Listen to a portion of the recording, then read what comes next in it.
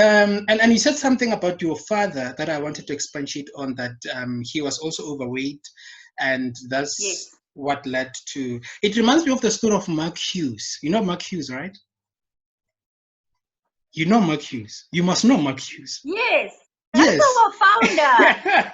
Exactly. What are you trying to say? Yeah. That man is our founder. Yeah.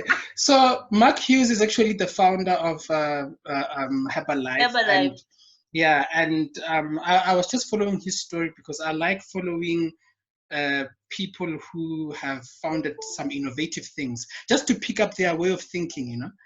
And the way in which he founded Herbalife was actually exactly through that. His mother used to struggle with weight. He used to be on different kind of drugs and all of those kind of things. And that's when he got into be like, you know what, maybe let me create this, and boom, Herbalife as we know it today. Unfortunately, he departed, but then Herbalife still stands. Same applies to the mother. Did you get that part that he started it because of that tragedy of having the mother on overdose tablets to lose weight, and he passed away? Sure, Yeah. sure. So she passed away. Sure, sure. That was a great story for me. I was like, oh, wow. So now, last year, on last of last year, I don't remember the years, you'll correct me. You have been to Paris in France.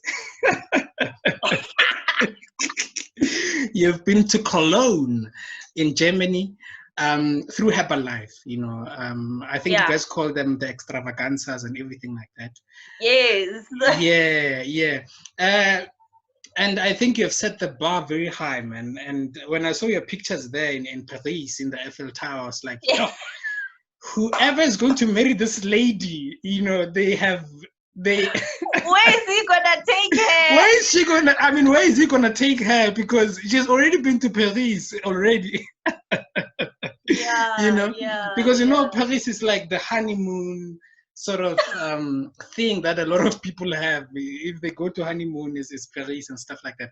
But then I just want to ask you, like, what are some of the lessons that you learned through these travelings, you know, going overseas and interacting with people? Because I've seen some videos on the extravaganzas, like you have people from all parts of the world meeting, you know. And I like Mark Hughes' sort of philosophy of doing business, and you see it in the extravaganzas. It's work and fun, you know.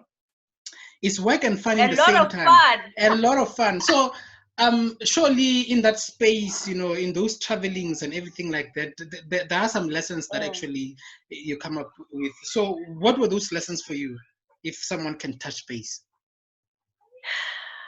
So the lessons from traveling through this company is that anyone can become anything. Because one, you meet people from all walks of life, you know, people who are confident in who they are and their language. You know, one thing about us is that in those meetings, you're not forced to speak Sijatlap. You can get there and speak your language. And those who are sitting there, we can either listen with the translation, or sometimes we don't even have to listen. So when I was in Germany, I didn't have the translating thing. You know what was hooking me to those people? Their pictures, their excitement.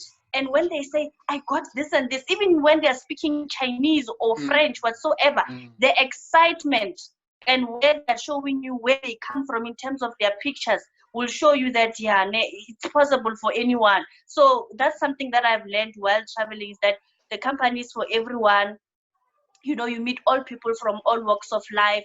The excitement is the same. I think, you know, the men's philosophy is, it lives in all of us all across the world. We are people of noise. When you get to Santen for our extravaganza, there's so much noise. The same noise in Germany, the same noise in Paris, the same excitement. Those people, when they meet you just with your button, they're like, oh, hi, how are you? And it's like, oh, you know,